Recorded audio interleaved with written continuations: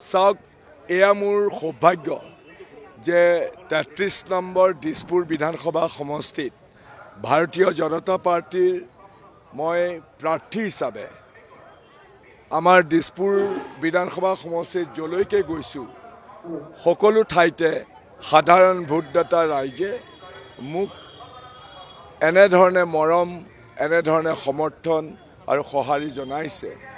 এয়া মোৰ বাবে এক স্বৰ্গীয় অনুভূতি।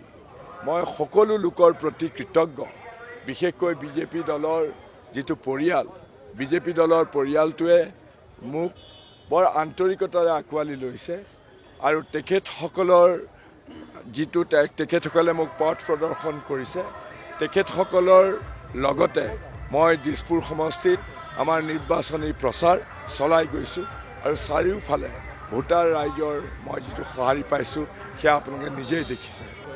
তেখেতে এইটো নাভাবেনে বাৰু ইলেকশ্যনৰ পিছত ইলেকশ্যন খেলিছে তেখেতে, কিন্তু মোৰ এইটো সৌভাগ্য যে মই অসমৰ বিভিন্ন অংশত নিৰ্বাচন খেলি জয়ী হৈ মানুহৰ মাজত সোমাই মানুহৰ আশা আকাংক্ষাক প্ৰতিফলিত কৰাৰ লগে লগে সমগ্ৰ অসমৰ জনজীৱনক মই প্ৰতিনিধিত্ব কৰাৰ সুযোগ পাইছোঁ। ইয়াতকৈ ডাঙৰ সৌভাগ্য আৰু মোৰ কি হ'ব পাৰে।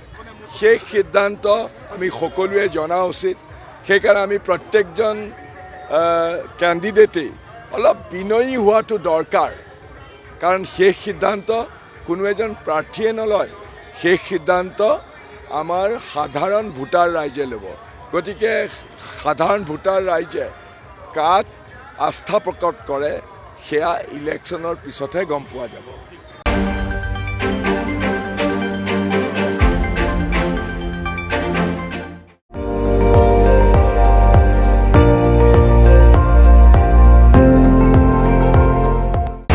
আপুনি চাই আছে ND24, সৰ্বশ্ৰেষ্ঠ নহয় সৰ্বোত্তমৰ দৌৰত।